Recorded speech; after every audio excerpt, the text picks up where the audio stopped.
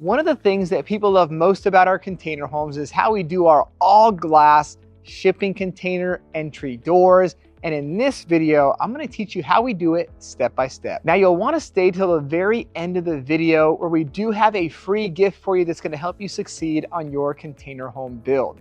But let's dive right in. So the very first thing you're going to do on your container doors is actually remove your container hardware. So you can see up here, typically there's going to be hardware that comes down to lock your container doors. Step one is going to be to remove that hardware. After you do that, you're going to actually cut out the interior metal panel of the door. So right here is an entire panel. We like to maintain this additional structural member on the sides as well as on the bottom and up top as well. Now when you remove this hardware, you're going to notice you're going to actually have holes here. So you can fill those holes either with a bolt, so you can do a nut and a bolt and just seal it up real good, or you can actually add some kind of backing behind it and then fill it in with a weld so you get a nice metal clean finish on the front. But once you've cut out this entire metal panel, you can use simply a 4-inch grinder and just go ahead and cut that out. Go ahead and grind this entire metal panel out, remove that, and then it's important to get a nice clean finish. So if you come over here, there are parts of that metal panel that will indent and things like that. So you want to get a really smooth, clean finish on it, because ultimately that's where your glass is going to set.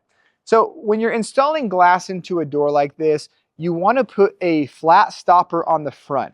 So I'm going to show you over here the metal that we ordered.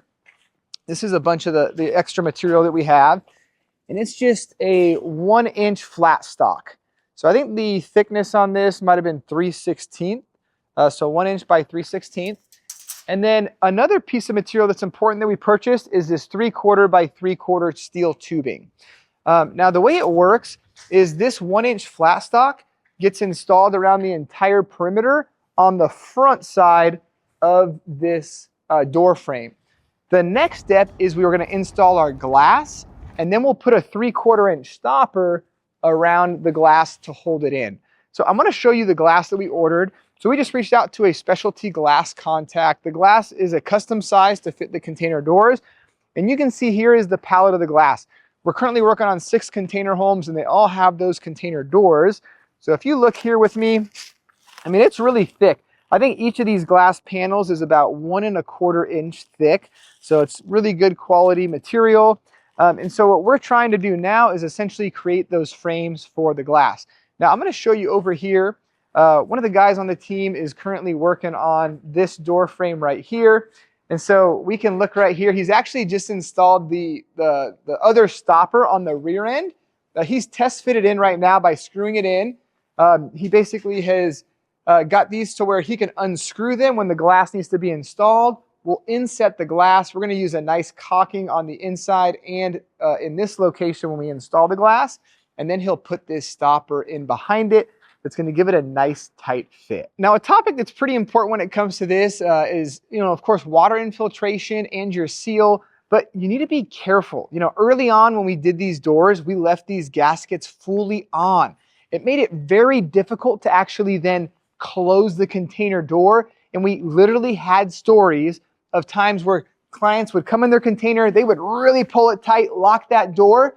And in the morning when they wake up to get out, they couldn't even reopen the door. It was sucked so tight just with the suction. So we've learned, and since then we actually removed this part of it. So this gasket right here, you can still leave your front lip on, but you're going to want to remove this entire part of the gasket, as well as down here on the bottom side as well. This back half, you can actually cut and remove that off. What it's going to do is going to allow your door to start closing a lot simpler. There's also one up top, and you will perform the same thing on the top. Now, once you do that, what will end up happening is right now these doors, it's really hard to shut them flush unless you have that container hardware up top to really help force them to close. Once those gaskets get removed, those parts of the gasket, this will then open and close nice and easy for you. We do encourage you don't want water, of course, getting into your container home. So that's why we do have this awning. You don't need something that dramatic. If you just even have a little drip edge above the door, just to prevent water getting in from that top side, that would be really effective to do. Now, lastly, in order to complete this door, it does mean that you're gonna need a handle and a lock. So you can really add any type of door handle that you want on here. And then what we'll typically do is we'll actually embed a deadbolt. So we'll cut out a circle right here. The deadbolt will actually come right through here. And that way you can lock this door and it will connect to this one right here. Now, I want you to walk in with me really quick. I'm gonna show you one more important thing. So one thing I like to do as well on these is on this first door panel, I like to have a pin so that I can pull the door nice and tight and drop the pin in through a hole and potentially run a pin up through the ceiling. And that allows this door to maintain nice and tight and rigid and in place, essentially functioning as a fixed panel. And then this door will lock to that. So this would be your main operating door. Now, in the event that you want to open up both, of course you can, but it allows it to work and flow a lot better. Now, two final things. You'll notice on the container doors that we do naturally have this cavity up top.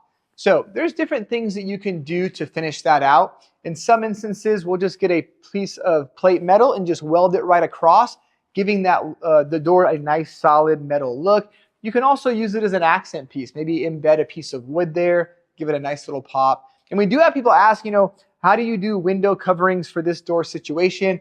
And in most applications, when we're doing this, we'll just run a curtain rod all the way across the top and simply have curtains that can provide privacy. If you've enjoyed learning about container construction and you want to get more nitty-gritty details, make sure to check out our free online training on how to build your own shipping container home. This training has been completely updated for this year. You can get more information by clicking the link in the description below, and I'll see you on the next video.